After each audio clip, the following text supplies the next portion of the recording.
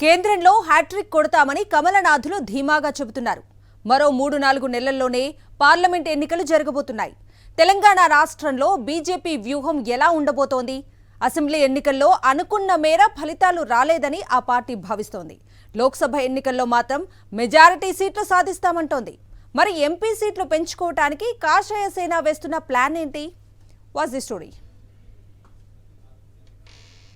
Parliament ఎన్నికల విషయంలో Telangana BJP అగ్రనాయకత్వం ప్రత్యేకంగా దృష్టి సారించింది. 10కి పైగా ఎంపీ సీట్లను తెలంగాణ నుంచి రాబట్టాలని కమలనాథులు భావిస్తున్నారు. కేంద్ర హోంమంత్రి అమిత్ షా ప్రత్యేక చొరవ తీసుకుంటున్నారు. ఇప్పటికే బీజేపీ తెలంగాణలో యాక్షన్ ప్లాన్ ప్రారంభించేసింది. సికింద్రాబాద్, నిజామాబాద్, కరీంనగర్ సిట్టింగ్ ఎంపీ అభ్యర్థులకు అధిష్టానం గ్రీన్ సిగ్నల్ ఇచ్చేసింది. ఆదిలాబాద్ బీజేపీ సిట్టింగ్ స్థానంపై అధిష్టానం ఆలోచన చేస్తోంది. మిగతా స్థానాల్లో దాదాపు అభ్యర్థుల ఎంపికపై అధినాయకత్వం కసరత్తు ప్రారంభించేసింది. మహబూబ్ నగర్ అభ్యర్థిగా డీకే అరుణ, చేవేళ్ల అభ్యర్థిగా కొండా విశ్వేశ్వరరెడ్డి, ఖమ్మం అభ్యర్థిగా పొంగులేటి సుధాకర్ రెడ్డి, భువనగిరి అభ్యర్థిగా బూర నరసయ్యగౌడ్, వరంగల్ అభ్యర్థిగా రిటైర్డు డీజీపీ కృష్ణప్రసాద్ పేర్లను దాదాపు ఫైనల్ చేసినట్టు సమాచారం. ఇటీవల అసెంబ్లీ ఎన్నికల్లో 2 స్థానాల్లో పోటీ చేసి పరాజయం పాలైన ఈటల రాజేందర్ పార్లమెంట్ ఎన్నికల్లో మల్కాజ్గిరి నుంచి అదృష్టాన్ని పరీక్షించుకునేందుకు రెడీ అవుతున్నారు.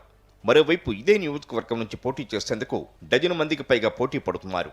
మల్కాజ్గిరి స్థానంలో గతంలో 2 సార్లు రెడ్డి సామాజిక వర్గ నేతలే విజయం సాధించారు. పార్లమెంటు పరిధిలోని మెజార్టీ అసెంబ్లీ స్థానాల్లో రెడ్డి వర్గానికి చెందిన నేతలే విజయం సాధించారని, ఈ కోణంలో కూకట్పల్లికి చెందిన పన్నాల హరీష్ రెడ్డికి టికెట్ ఇవ్వాలని పట్టుబడుతున్నారు. ఇక బీజేపీ జాతీయ నేతలు మురళీధర్రావు, వరంగల్ మాజీ ఎంపీ చాడా సురేష్ రెడ్డి మల్కాజ్గిరి టికెట్పై ఆశలు పెట్టుకున్నారు. జహీరాబాద్ ఎంపీ టికెట్కు కూడా బీజేపీలో భారీగా డిమాండ్ ఉంది. ఈ స్థానం నుంచి రాజ్యసభ సభ్యులు డాక్టర్ లక్ష్మణ్ పోటీ చేసే ఛాన్స్ ఉంది. జహీరాబాదు సీటు కోసం బీజేపీలో అడ్వకేట్ రచనారెడ్డి, చికోటి ప్రవీణ్, ఆకుల విజయ, విఠల్ తదితర నేతలు పోటీ పడుతున్నారు. ఇక మెదక్ పార్లమెంటు స్థానం నుంచి రఘునందన్ రావును మళ్లీ పోటీకి దింపే అవకాశాలు ఉన్నాయి. హైదరాబాద్ పార్లమెంటు స్థానంలో బీజేపీ నుంచి విరించి ఆసుపత్రి చైర్మన్ మాధవీలత ప్రయత్నిస్తున్నట్టు సమాచారం. ఆదిలాబాద్ పార్లమెంటు స్థానంలో సిట్టింగ్ ఎంపీ సోయం బాపురావు స్థానంలో రమేష్ రాథోడ్ను బరిలోకి దింపాలని ఆదిలాబాద్ జిల్లాకు చెందిన బీజేపీ ఎమ్మెల్యేలు డిమాండ్ చేస్తున్నారు.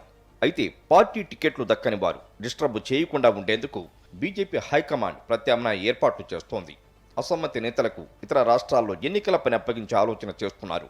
మొత్తానికి తెలంగాణలో బీజేపీ ఆలోచనలు ఏ మేరకు వర్కౌట్ అవుతాయో చూడాలి.